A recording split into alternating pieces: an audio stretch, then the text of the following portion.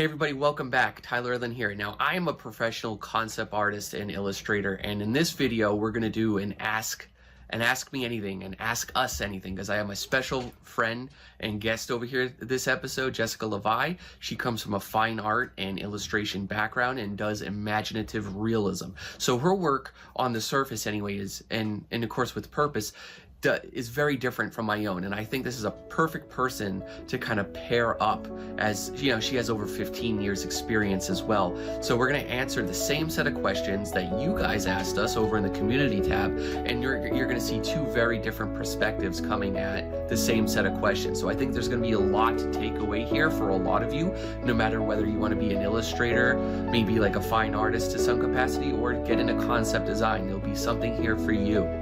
Alright, this video is going to be sponsored by Wingfox. More information on that will be later, and links, of course, for everything in the box below. Alright, let's begin.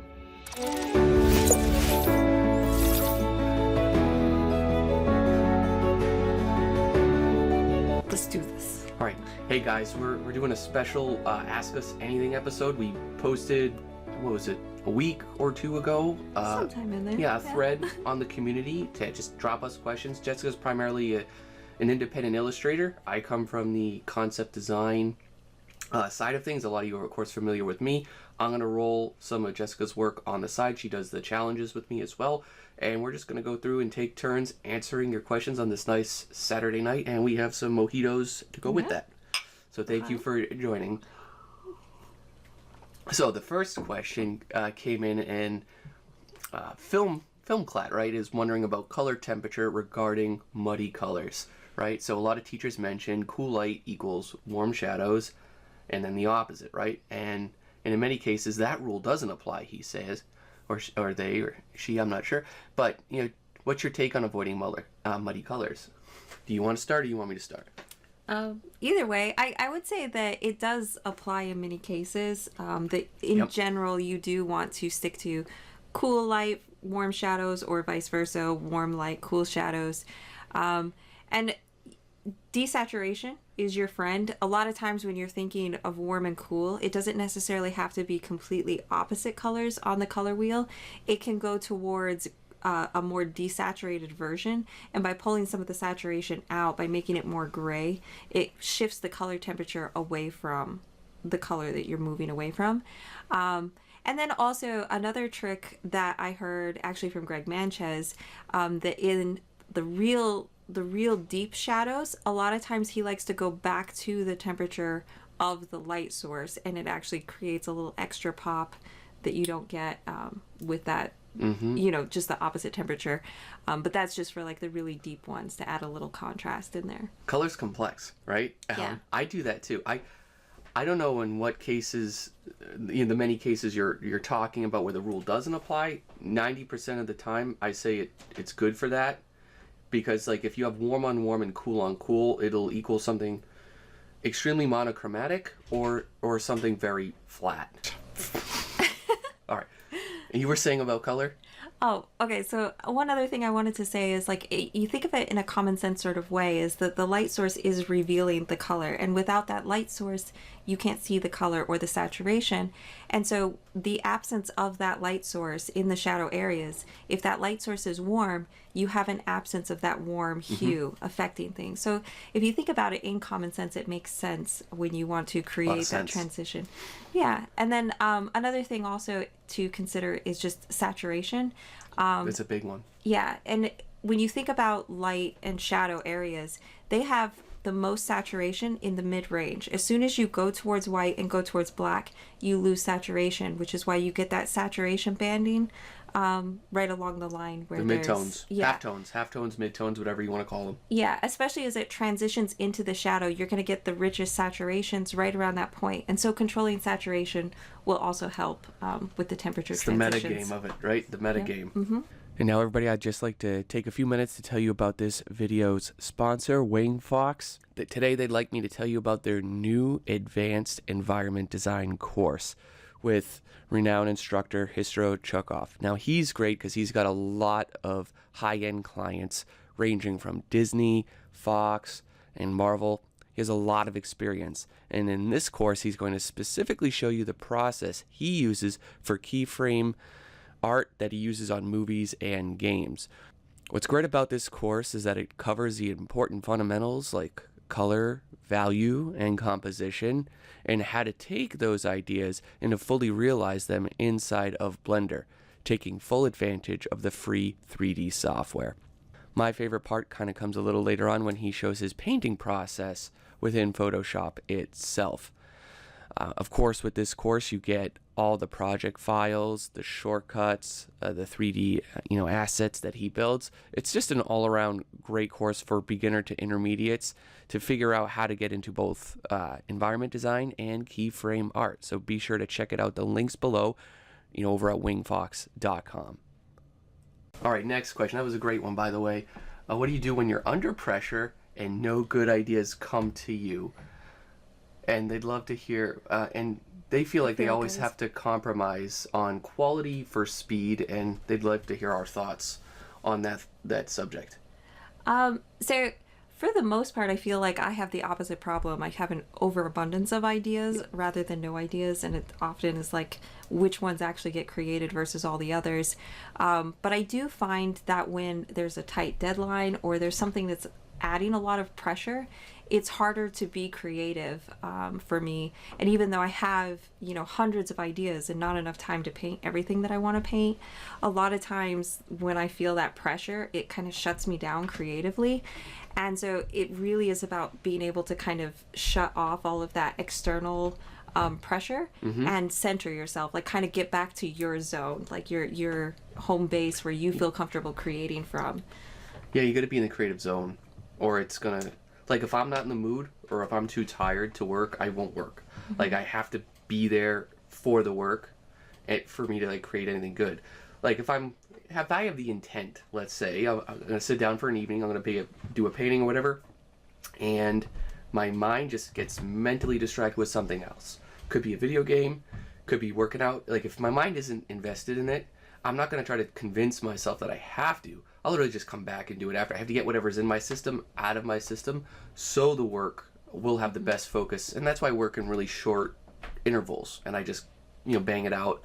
Yeah, I'm kind of the opposite, actually. I work in like That's super long intervals, like I like to work in like a 10-hour chunk of time, so I can really dig in and get my teeth into whatever it is I'm working on. But I think this one is a lot more about like your headspace, like finding what it is that makes you comfortable and creative, and then finding ways to, sometimes when all the external stuff is making you not feel that way, to be able to push that all aside and get back to that place where you know that you create the best from. Yeah, that's external. Like, if something's prohibiting you from getting good ideas, try to figure out, right, first of all, if it's internal or external. Is it pressure from your family or your spouse or your job, or is it something maybe in the house? Like, it can come from both ways. So, or if the job that you have is providing the pressure, like if I feel really like I really want to do well on something, a lot of times that'll actually hold me back and make it harder for me to do well.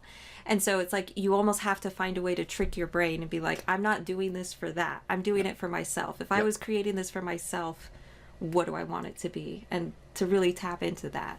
And when we're in that state, it's almost like a paralysis by analysis thing, and you overthink everything, and in which you could start unplugging certain nodes of that thought and just kind of go into cruise control. That's the best thing you can do. And it's tricky. Another thing too, I find when I'm in that state of mind, when I catch myself really struggling, a lot of times I catch myself criticizing whatever I'm doing, and it's because it's like I want so well to do it, whatever I'm doing well, and I'm imagining all the ways that I might fail and that someone might criticize whatever it is I'm doing, and so it's like shutting off that critical voice. And I don't know if this is good advice or not, but I really have found like a glass of whiskey sometimes is great for just turning off that over analytical part of your brain, so you can get into a flow state. That's the joke in some of the discords, right? Is like, they'll say, if someone asks my moderator, like, no, Tyler produces his best work when he's drinking.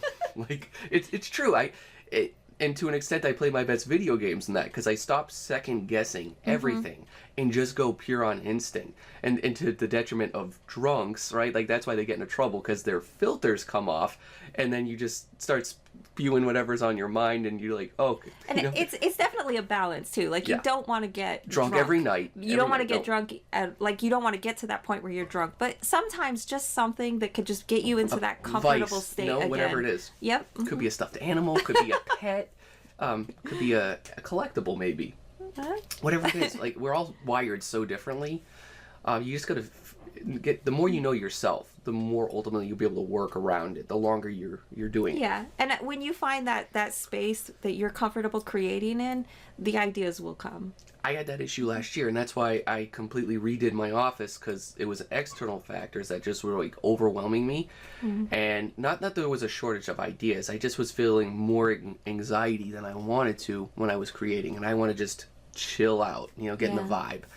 But yeah, that was a great question. Thank you, written car. And next up we have Piccolo Pete. What a fun name. Talk about storytelling and style versus technicality. You're going to have some stuff to say about storytelling. You asked the right person. So what methods do you use in your paintings to convey story? And what do you do to find yourself in the balance between realism and exaggeration? Yeah, let's... So I think all three of those are very different things: storytelling, style, technicality. So technicality, I guess, would be just like the fundamentals, like the craftsmanship of creating it. Style is the personal preferences and choices, and then storytelling would be communicating what you're trying emotion, to say. narrative, ideas, and they all kind of work together and weave together in different ways. And I think that the style and storytelling are more of a choice-oriented thing versus the technicality is just like the skeleton that holds them. So obviously you want to always be working on your craft. The greater your craftsmanship, the more access you'll have to different ways of storytelling and techniques. Style. You get faster naturally without trying to force yourself to be faster. Yeah, and then the balance between realism and exaggeration, I don't think there's a right or wrong answer to that. It really comes down to personal preference. That is your style in a lot of way that you would define style is those choices between where do you exaggerate, how do you exaggerate. Because there's that whole spectrum, right? Like literally you like completely abstract and then like hyper realism. And then there's everything in the middle. And a lot of those things can, in the middle, absolutely can work. But like, what happens is like when you aim for realism, but your technical skill isn't there yet, right? And it falls to that uncanny valley because it's just a more of a technical thing. Maybe it's reference. And so like you end up with something that you can really visibly tell it's trying to be real, but it's quite missing the mark. And then on the other side, you'll have people that want to do stylization, but they don't understand the first thing about proportions or shape design, and then it looks like it may be in like like some kind of Picasso abstract, you know, where it just, he did it intentionally, but it's like you're creating something that is just missing the mark in a different way. So I think just understanding foundation level stuff, like what is good design, what makes an appealing shape, then you can manipulate those. The technicality aspect of it kind of gives you the greater control you have over that, the greater freedom you have with either exaggeration or realism, whichever direction you want to go on that map. But all of that comes down to technicality providing the freedom to make those choices. And also in storytelling and style, again, the technicality is just the skeleton. It gives you the ability to make those choices. So when you think of storytelling, the things that would affect storytelling have a lot to do with color choices, lighting choices. I mean, when you think of technicality, you think of anatomy, you think of perspective, you think of value structure, very like things that are rigidly accurate that you don't have as much freedom to play with. But when you get into storytelling, it becomes much more subjective. You could take the exact same image, but when you light it differently, when you use different colors, when you use softer edges versus harder edges, it tells a different story. And having the mastery over the technicality allows you to make those choices and design the image that you want. You're on fire tonight. Good answer. Let's go to Reba's. Reba's asking, how often do you work just on memory versus using reference? And do you prefer one or the other, or is it all situation? Do you enjoy both sides of the process? And it's also, if you need to work on something that isn't particularly your strong suit, does it cause a lot of stress, or do you consider it more of a challenge? So I fall much farther onto the realism spectrum. So I almost never work without reference. And by reference, I mean a lot of reference. I will often gather hundreds and hundreds of photos just to give me all the little pieces of information to work from. It just is so hard to get that verisimilitude of reality from your imagination. You can't remember so many tiny intricate complexities and nuances that reality has. And then as far as the which one is more of a fun challenge, or if something's not my strong suit, I would say that's very situational. So if I'm creating something for myself and I'm excited to work on it, even if it's something I'm not good at painting, I find it very fun and very enjoyable. If it's something where there's external pressure, like we mentioned before, and someone's expecting a result from me, especially if it's on a timeline, then it becomes a lot less fun, we'll say. So. Yeah, I always like to make the analogy too, like, we all know our mother, right? Everybody knows their mom. But if someone asked you to draw an accurate picture of your own mother without reference, who could actually do it and do it well? I couldn't do it. Could you do it? Probably a lot not, of people no. can't do it. Working from memory, if you have the goal of achieving any kind of accuracy, is really a bad idea 95% of the time. I always use reference. I work fairly stylized. I reference the hell out of everything. Clouds, trees, rocks, even the most mundane things. I'll try not to draw without a reference, because I try to find reference of either a photo or even an artist that's doing it way better than I can do, and I try to always achieve that level of fidelity with it. And if I'm doing something without reference, I usually make my first sketch without reference just to get the raw idea there, but I will not take it beyond a very basic sketch without that reference. And I will say, even I used to work without a reference sometimes for like my initial first few passes and thumbnailing stages, and I found that actually created more problems for me, because then it was like even more difficult to find exactly the type of references I needed to fit exactly for what I had already designed into the image. And so I find if I start with the reference gathering as my first step, then so we're a little different like that. Yeah, You like, start with the reference and but that at least always gives me like, then it's not like, okay, well, I've designed this thing, now I have to go like search for this piece of gold or pin in a haystack, of like this perfect reference that's going to give me this perfect piece of information. If I start with the references, then I can build from there, and it helps me a lot more. All right, we have another great question. You can answer this too, because Jess and I do very different work in different circumstances, so you can answer this how you need to. But like, when you started working professionally, how long did it take you to get to a point where you could fully live off of the money you earned? Want to start with like how long you've been doing the craft, right? You're at 14, 15 years? It's a tricky question to answer, because I mean, like, not to announce my age publicly, but I'm 38, and my mom was an artist, and she worked in galleries. I grew up my whole life around art. So from a very young age, I was painting and drawing and interested in art. I started trying to make my first tarot deck when I was like 10 years old. So like, I have been doing art forever. Literally my whole life. When I was in my I joined the military. I went to college and got a degree in chemistry. So I took probably, I would say, a decade of my life off that I didn't work on my art at all in any professional way. But obviously, as a creative person, I still kept creating.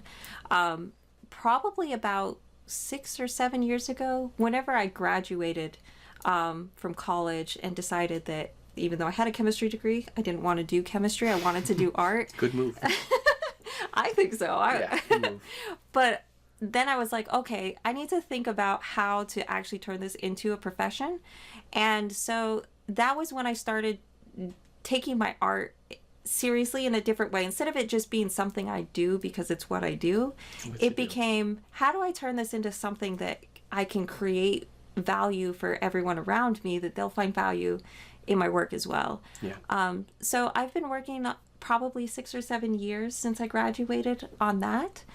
And again, it's probably, I would say, only in the last year or two that I could say that I was making enough money that you could consider it, a good income. A sustainable, getting a hustle on. And even that, like, it's hard to say. It's like, okay, well, I'm making a sustainable income, but a lot of my income came from conventions, and I'd rather not do as many conventions as I've done in the past. So now I'm rethinking, like, how do I get better online sales? How do I get my shows and like my like releasing collections and my own personal work online to sell, to take over, so I don't have to travel around the country to sell my work all the time. There's always easy ways, harder ways. Is the juice worth the squeeze sort of conversation? Like, oh, I can get a chunk of money doing this, but I don't want to devote this much time, energy, and resources. Is it worth bringing it back? Yeah. And then even like, you know, taking into consideration of like, maybe I'd like to do book covers, or a lot of the work, well, almost all the work I've done so far exclusively has been for myself, because I like painting what I want to paint. And you sell independently at prints, conventions, you have merchandise. So very independent creator, and you try not to rely on any external factors like people commissioning your work and things like that. Yeah, so that way I have complete creative control over my brand and my artistic output. But then it's like, well, if I were to try and get freelance work now, that would look different now than it would if I had tried to do that 3 or 4 years ago. So it's really hard to nail down like some sort of like definitive timeline of what this stuff looks like. I'd say for me, because I did the full college circuit thing, I drew on and off my whole life, never took it seriously till about college level. I'd say graduated in 2009. Yeah, I'd say after graduation, it still took me, I was doing work, but it wasn't enough work to live comfortably. And I never put myself in a position where I was starving on a floor in an empty apartment eating ramen. I never did that. And I could understand how that happens, and why that stereotype, happens with artists, because like it is tough and grueling. In the first, like, I really didn't do good financially, artistically. It took like 4 or 5 years. I'd say probably 5. So it takes a while, and it's a grind. I feel like that's after graduating. Yeah, I think 5 years is one of the numbers I hear a lot of times. And I remember even after I graduated from college and I heard 5 years, and I was like, I'll do it in 2, like whatever. But I feel like it's very rare that you hear of somebody really doing it in under 5 years, in the sense of like going from like, nothing. They're competent, they're good at painting, now they want to build a career out of it.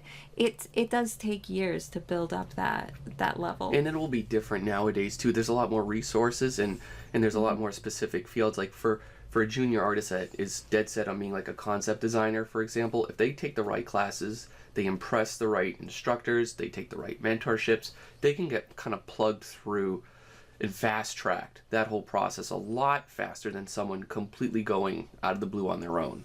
Or if you are really good at marketing, and like you if you're have really good like at business. Yeah, like some people just really have a knack for social media and marketing and branding.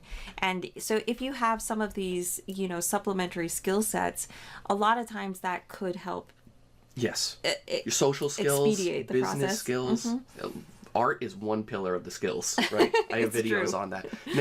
Next one is this person, Luca, is currently attending the Academy of Fine Arts, and they are learning nothing. And teachers talk about contemporary art without practical teaching.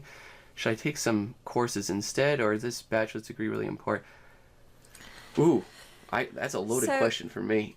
In general, I'm really skeptical of like art degrees. General art degrees at all. But that being said, I work for myself. I create art for myself and sell it.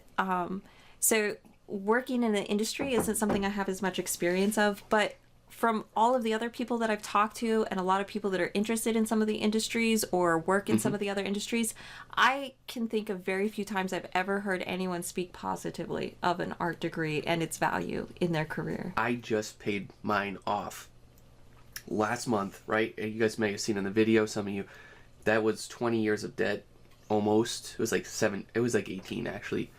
And that was following me like $400 a month. Congrats on paying that off. On top of everything. That's a lot of responsibility. It depends what your specific goal is. I would not take if art and creativity is your goal, I don't think paying at a formal college like that or university is the way to go. Just snipe the classes you want. Take the mentorships you want with artists you know are dependable. Learn from free on YouTube like this. It's absolutely not worth going broke over. That's why I started this YouTube channel, so no other artists would need to go broke like I did. Yeah. And you know, it's like you, for a fraction of the cost, there's so many resources available online Nowadays, yep. to learn from people that are much more enmeshed in the industry versus a lot of times when you go to art schools, they're Yep. they're not They're not don't- in tune. yeah, they don't know what's going on in the industries Nope. because they haven't been involved in making a living off their art for years, sometimes decades. And so you get this real strong disconnect between what they're teaching you and what's actually valuable for your career. This is a fun question next. How would you talk about work and life balance? Just got a recent story on this. And how do you make time for hobbies, friends, and family and still earn enough money to get by? You want me to go, and then I'll let you tell your story? Yeah, go for it. All right. I'm different than, like, okay, so I have 2 kids, I run the family house, but I calculated when I got this question, so from 11 days ago now, give or take, right? I never work and calculate my hours, but I did it out, and I worked on average about 35 hours a week. So that's not even a traditional full-time amount, right? 40 hours is yeah. typical, anything over 40 is overtime. I'm working under 40 hours a week. I have 0 commute because I work here in my home office, so I'm earning a lot of time that way. So for me, work-life balance is, I guess I'm doing that because I'm not glued to my chair like some artists are, like 8 hours a day, 10 hours a day, 12 hours a day. I do 2 hours on, 2 hours off, 2 hours on, and I balance that with my kids and my other obligations in life. So I'm doing good on that. And I think another thing you're really well at is delegating. You've hired people to assist in That's some why of the other tasks I've too. learned in the last 2 years that my time is more valuable than any amount of money in my kids' youth right now. They're very young children. My time with them is more valuable than any income. So at the expense of a lot of money, I'm leaving on the table because I delegate and hire help. I hire a lot of my former students to do more, like, non-essential tasks that I have to do, and that frees me up exponentially. Yes, I make substantially less money as a result, but I'm much happier with Yeah, that. yeah. Much happier, and that's the balance right there. Is delegate the non-essential, and then for me also, I put enough passive income streams into place. Whether it's the low amounts of YouTube ad revenue to like the Gumroad tutorials out there. Patreon's almost running itself at this point. Lots of income streams mean if I don't do something 1 week or 1 month, I still have money constantly coming in, so I don't have to worry about that. Now, you want to talk about your very different situation from mine. So, in my case, I'm actually a terrible person, I would say, to ask for this question because I really struggle with this. I am really good at working Workaholic. 100 hours. Yeah, like I can really be a workaholic. And like if I get in the zone, like I could start work at 10 in the morning and then at midnight realize I haven't moved, I haven't eaten, I haven't drank anything. Machine. And I get a lot of work done that way, and I am the most productive when I work in big chunks of time. But recently, Because of this? I had a huge health problem. It turns out last month I ended up hospitalized with a giant blood clot in my leg where the entire vein from my hip all the way down to my foot was one giant blood clot. The doctors were saying they've never seen a blood clot this big. So this is something I really need to work on. And I, like the last month or so, as I've been trying to heal, I actually couldn't walk for a week or 2 after this got really bad. And so I've been trying to break it up and not let myself work for more than a few hours at a time. But yeah, it's tough because being a successful artist does involve a lot of work. Dedication. And yeah, you have to, like, there are people that are like, they'll kid themselves about how much work they're actually putting in, and then Make excuses for they'll themselves. make excuses for themselves. Yeah. But then on the flip side, you need to not go to the point where You're breaking. yeah, You're literally breaking. your body is literally telling you no. So it's like finding that balance is really important. And some of the things I would just caution is like, sitting, even standing without moving for a long period It's of not time good. is not good for you. So find ways to create routines and systems that are Set healthy. alarms. Alarms. Routines, I Yeah, think that's the big key word. Yeah. And I've started getting to the point where I have an alarm on my phone that goes off every hour, and I just make myself go and walk up and down my stairs 5 times every time the alarm goes off. So just things I'm trying to do to get better at that. But yeah, that's a tough one. I don't think I have a good answer for that. Yeah, but that's why you're such a good person to come on this, because you come from a very different perspective on a lot of this But for me. for the second part of the question, I did want to add like you were saying about the passive income. Yeah. One of the things that I've done as an independent artist that I think is helpful is I've been working in series and creating bodies of work, and over time, as I create those bodies of work, they gain momentum of Yes. their own. Justin Donaldson talked about the same thing. Oh yeah, Yeah. okay, That's yeah, what- he that's- does. That he was does one great of work. Justin He was a former guy. Big breakthrough for him was doing series of work. Yeah. Mini projects, however we want to call them. And I think that has a big impact because it's like you can build the first few pieces don't have the momentum, but by the time you're on the 10th or the 20th piece in a series, there's a momentum to that, and it markets itself a lot easier. Yep. So there's an efficiency to that. Good answer. Right. So whenever this person sees Ramik, and Q Art was the last one. Thank you for your question. All right. So you're talking about seeing ArtStation. You see amazing artwork. We all see amazing artwork uploaded every day, and it's really demoralized you and gives you false expectations that making an art piece takes less time than it actually does. And could you say something about these false expectations for new artists? All right. I'll start with this one. Remember, when you see a piece of artwork on ArtStation, you have zero idea most of the time how long that person has been working at that. You don't know the circumstances. They could be a 30-year veteran, they could be a 20-year veteran, it could be some whiz kid, 5 years in. You never know. And if it's studio-based work, if it's on a bigger project, there's going to be multiple people working on that particular piece that artist did. I see this all the time. There's an art director, there's art leads. Like, if I post like one of the works that my studio does daily, it goes through a higher chain that then comes down to me. Then it comes down to some of the people I hire out work.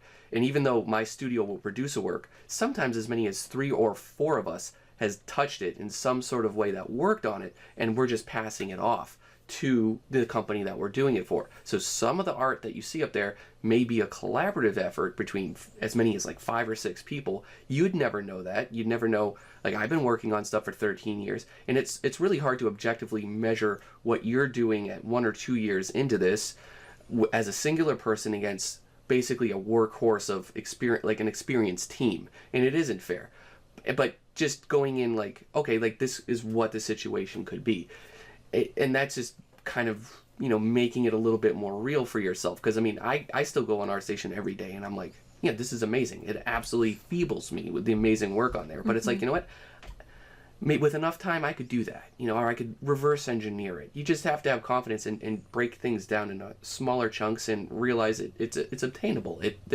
And good work takes time, right? You spend a lot more time on your work than me, and the quality's worth it. And that's what I was going to say too, is like it depends on the industry that you're going into. Concept art in particular does focus on speed, but for a lot of work, like if you're looking at something as a beautiful painting or a beautiful illustration, that takes time. And I feel like there's this kind of like people have this idea of like they got to be quicker, they got to be faster at it, and sometimes I feel like that's a losing game. Today's society really reinforces that with the social media and the clicks and the ticks and the instant gratification and like, oh, dopamine. I paid speed painting these, like, and sometimes you almost want to go the opposite direction. Like, sit down and be like, okay, if I spend 100 hours on this, how far could I push it? How gorgeous could I make it? How polished and nuanced could I make it?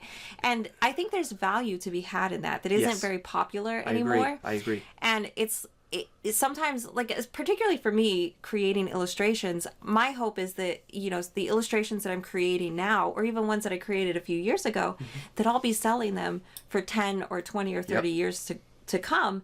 And I don't want to look at them and be like, man, I wish I had put in another 10 hours or 20 return hours. on investment. Yeah, it's like if I put in the time now and make something that's absolutely gorgeous, chances are it'll hold up a lot longer. Yeah. A lot longer. And so make sure you're being quicker for the right reasons. Yep. Yeah, Feng Zhu talks about that a lot on his channel. It's like, it's really important for a student to sink 20 hours, 30 hours into a piece and constantly push themselves to a max. Because the easier route is like, oh, you get your work to a point, and it's always easier to just start a new piece. Because it's like, okay, I don't know what to do, or it looks good enough. right? And it's easier to start over because then you're back at the easy steps or just step and one. it's the fun step, right? Yep. When you're imaginative Not and you're grinding creative. out detail, balance, and As a creative person, we like that start. We like the idea generation. We like diving into new things, which is why creative people jump from project to project.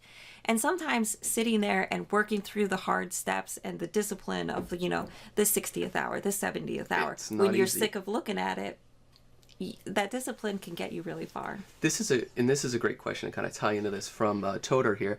How do you get to know your weakness and generalize them into a specific areas to work on? Like, how do I know, my color sucks so that I don't have enough of a detailed focal point, right? I think objectively you need to have a clear goal in mind. Like, am I doing an illustration, or am I doing a rough concept, or am I doing like a cover based image? And then I did mention this in a video a little while ago, but like, you have to know what the market, your competitors are doing.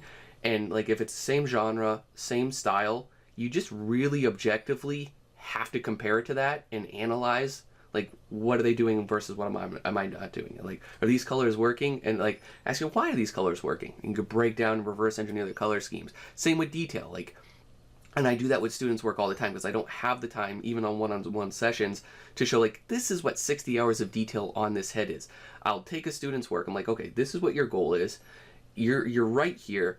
Someone that's professional, this is what the finished product looks like. You want to be here. And that could take 20 to 25 more hours to do realistically.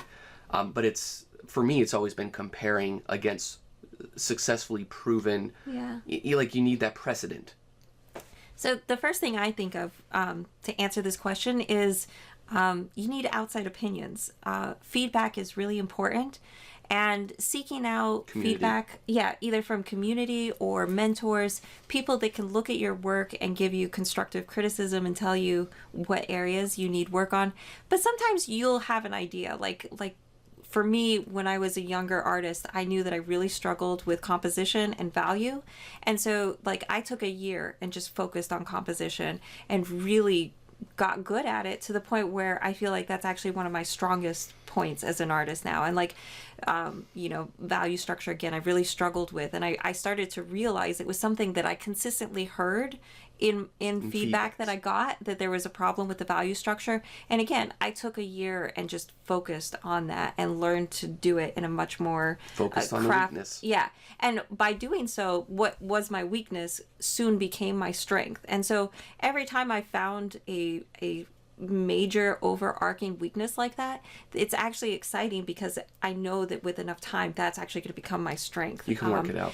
And then if you don't have, again, getting feedback from other people means that you have to have other people around you.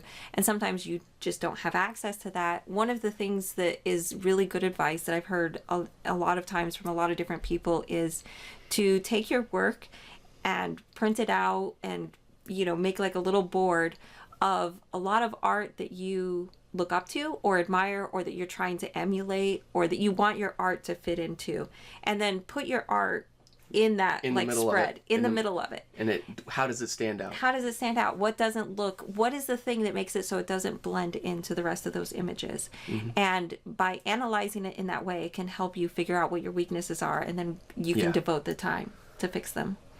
Yeah, great answer, by the way. So on that note, right, I guess, right, the fast track, and that's what I always say, not like it's a shameless promotion, but people that pay for mentorships or higher end classes, what you really get out of that, you get demonstrations, you get tutorials, you can get those anywhere. Mm-hmm. It's the feedback. Yeah. It's professional feedback that fast tracks those people that genuinely don't mind getting broken down, hearing honest truth from someone that's experienced, and then they can work through it way faster. And I would caution as well as when you're getting feedback and criticism, it's important to get it from people that understand what your goals are. Yeah, not random people in like a 100K large Facebook group. Yeah, illustration. Because you'll get everyone that has like their own idea of what art is supposed to be, and then they're going to just spew out whatever that idea is to you. You want to have a relationship with someone where they understand what you're trying to achieve and what you need to work on to achieve that goal. Very specific. Someone explaining to me how to stylize my work more wouldn't be very helpful, whereas someone that's going for a very distinctive style being told how to hone in on realism is not going to be helpful. So you want someone that understands what you're trying to achieve. On that note, Isabel wants to know what's your biggest regret. Do you have one? Whew. Just one? What's top 3? So there's a few that come to mind. One of the first ones that comes to mind is how long it took me to really decide to dive into my art and give it my all. For a long time, I was so scared of this idea of being an artist, and I was taught growing up that you could never make a living as an artist. I mean, my mom was an artist, but it was just that you could never make a living as an artist. That I was always told, well, you're good at math. Why don't you be a scientist? Because that is a sure bet. You are good at math. It's true. But I get bored so quickly. And after I got, $1,000s in debt, and then realized that this is just not something I want to spend my life doing, then it was like, you know what? I'm really going to go all in on the art. And so I think hedging my bets was one of my biggest regrets. It took me a long time to really commit to what I wanted to do. Yeah, that can be. And then on a similar note, while I was in school for my chemistry degree, I ended up taking a bunch of art classes. But a lot of the art classes I took were art classes that were already in my wheelhouse. They were painting illustration You're just classes. Redundant, right? Yeah. I avoided like the plague any graphic design courses, any typography courses, anything like that. I didn't want anything to do with. I thought it was so boring. Now, looking back, now that I'm trying to build my own business, now that I'm, building all my own marketing materials, building my website, I'm like, man, if I had taken those graphic design and typography courses and those photography courses, like all of that stuff, I really regret passing up. Yeah, for sure. For me, it is going into debt from art school. But again, 2003 was a very different time than it was now. I would have, in retrospect, loved to get some kind of mentor. Again, back then, I didn't know how to go about that. I know it was an option. I don't think it was. But if I were redoing things today, skip art school, get a mentor, take specific classes at like CGMA, Brainstorm, Learn Squared, anything where I can get feedback from the best of the industry to fast track that at much lower cost. I do that. And then my second one is to not outsource and delegate sooner. I've been with kids now for 4 years, and my time and has been sucked into a vacuum, and it's been hard for me to grow as a business until I did that. But I had to look at a lot of business. I never took business courses in high school. Yeah. I was like, I don't need business. Like, whatever, I'll figure it out. But like, my regret is taking more business and marketing courses when I was younger, when I had the time to. Would have loved that, because that would really help me now. And I'm basically watching business classes on YouTube for free at night, taking notes. I have a massive notebook file, and that's really helped me grow quite a bit. And connecting back to the question earlier about an art degree and if it's worth getting one, I would say getting a business degree would be so much more useful for a lot of people, right? I think the exception is if you become a studio artist, like for a studio, like right out of graduation, and you just stay in that cog. If you stay in that machine, like career-wise, or enough till you can break out and do your own freelance. But a lot of us start on our own, right? We're for our own, and it's a lot of learning on the job, and it's tough. It's tough. Trying even for you, learning to get the different jobs and work with different people and hire out different people. Talking to client, learning to manage accounts, and all experience based. They don't really teach a lot of that at art school at all. Yeah. The last question here was just kind of like a side note. We're asking about Adam. Where is Adam? And it really, and I talk to Adam all the time. Even like last week was the last time I talked to him. It's really just, it's not the time we're in the same time code, but like his schedule is so blocked. His only free block in a day is when I pick up my kids from daycare and I start my afternoon off watching my kids. So it's like, we could swing it, but that really only gives us like 40 minutes overlap. And it's once you get, greeting each other and getting set up, arguably that leave 20 minutes to record almost anything on this schedule. And like the last few times that he has been on is when I had to like get my very sweet mother-in-law to come in, pick my kids up, and then we had like a technical issue, and it's just super tough right now. Yeah. But I still love the guy. Adam. You still love it. I can't wait till we get to do another video. Yeah, with we're him. talking. I love working with him. Always He's we're nice gonna guy. hook up. We're gonna do it. We're gonna do a thing soon. We're gonna collaborate like this, and it's very tough right now with our conflicting schedules, and it's nothing more than that. There's no drama or anything. And I love them. But yeah, that wraps it up. Thank you guys for watching. We have links, of course, for all of Jess's stuff. There's all my normal stuff in the video, and I'm gonna try to do more of these types of videos as well. So yeah, thank you. If you have any other questions that we'll try to reply in the comments, absolutely, just leave them there and we'll get to you. And I hope it was helpful. You want to promote? You have a spring sale going on now. You want to tell anybody about that? Oh, sure. So I'm trying a new thing. I've been working on creating a collection for the season because I sell a lot of work that's meant to be hung in the home and to create like, unique artistic living spaces. And so I wanted to create a collection of work designed to look beautiful together and to have like a nice spring feel, to help, create like a seasonal sense. And so I've created 6 new paintings, and I have 4 favorites from previous years that I love hanging up in the spring. And so yeah, this is a new thing I've tried. We'll have links for that below Yeah. too. All right, if you want to check out Jess's stuff and any support there, that's how you can do it. But thank you guys. We love you and have a great spring. Bye-bye.